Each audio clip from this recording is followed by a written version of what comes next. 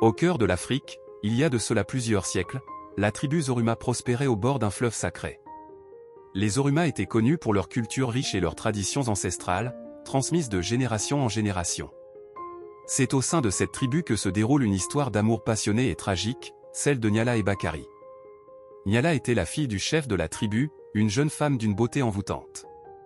Sa peau était d'un noir profond, ses yeux grands et expressifs brillaient comme deux étoiles, et ses cheveux longs et tressés descendaient en cascade sur ses épaules.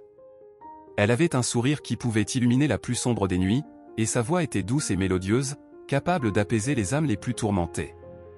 Nyala était également une guérisseuse talentueuse, ayant appris les secrets des plantes et des herbes de sa mère. Sa bienveillance et sa sagesse faisaient d'elle une figure respectée et aimée au sein de la tribu. Bakari, quant à lui, était un jeune guerrier courageux et déterminé. Grand et athlétique, il avait des muscles sculptés par les années d'entraînement et de chasse. Sa peau était marquée par des cicatrices, témoins de ses nombreuses batailles pour protéger la tribu. Ses yeux étaient d'un brun intense, reflétant sa détermination et sa loyauté inébranlable. Bakari était également connu pour son esprit vif et son sens de l'humour, qui faisait de lui un compagnon apprécié par tous. Nyala et Bakari se connaissaient depuis l'enfance. Ils avaient grandi ensemble, partagé des rires et des jeux, et forgé une amitié indéfectible.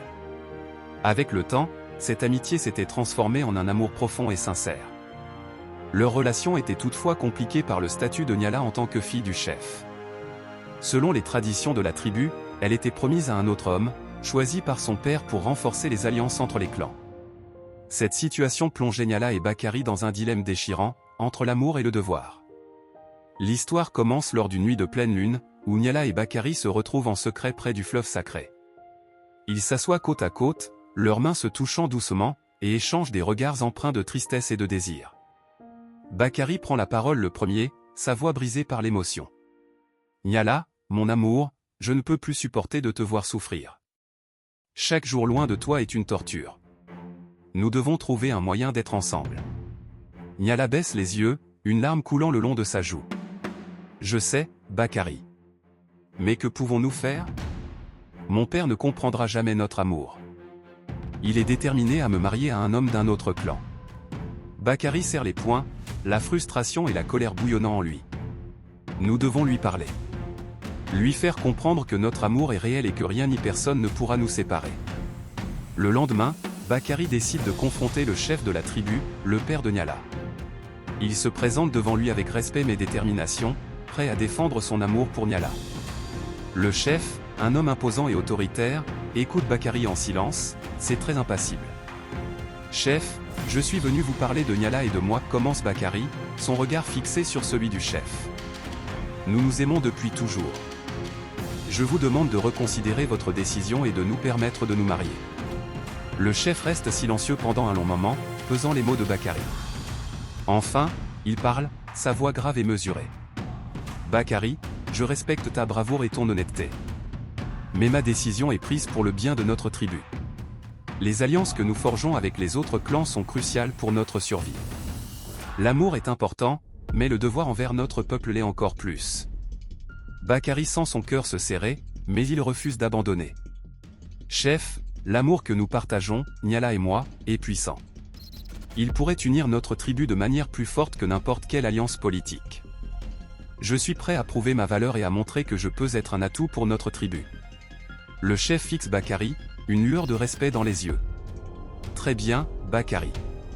Je te donne une chance de prouver ta valeur. Il y a une quête que peu de nos guerriers ont réussi. Si tu parviens à la compléter, je reconsidérerai ma décision. La quête est dangereuse et périlleuse.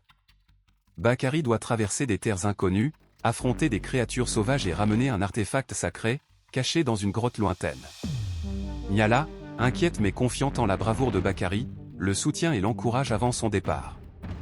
Les jours se transforment en semaines alors que Bakari affronte les défis de sa quête.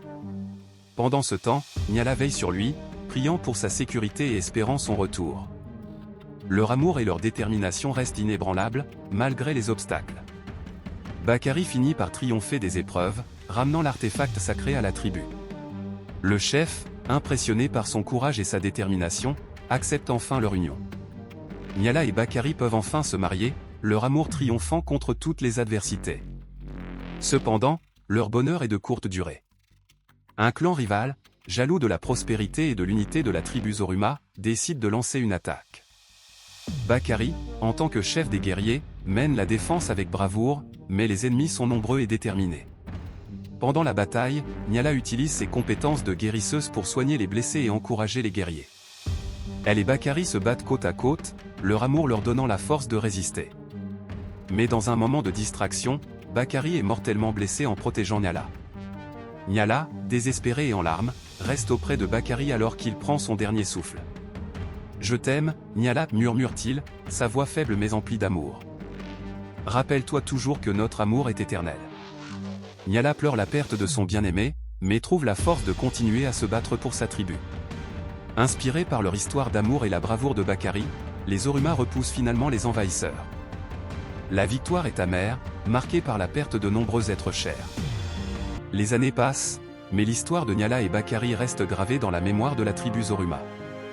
Leur amour devient une légende, racontée de génération en génération, rappelant à chacun l'importance de l'amour, du courage et du sacrifice. Nyala continue à vivre, honorant la mémoire de Bakari en transmettant ses connaissances et sa sagesse à la prochaine génération. Malgré les épreuves et les tragédies, l'amour de Nyala et Bakari reste éternel, unissant leur peuple et inspirant des générations futures à suivre leur exemple. Leur histoire devient un symbole de la puissance de l'amour et de la détermination face à l'adversité, rappelant à tous que même dans les moments les plus sombres, l'amour peut triompher et illuminer la vie de ceux qui le partagent.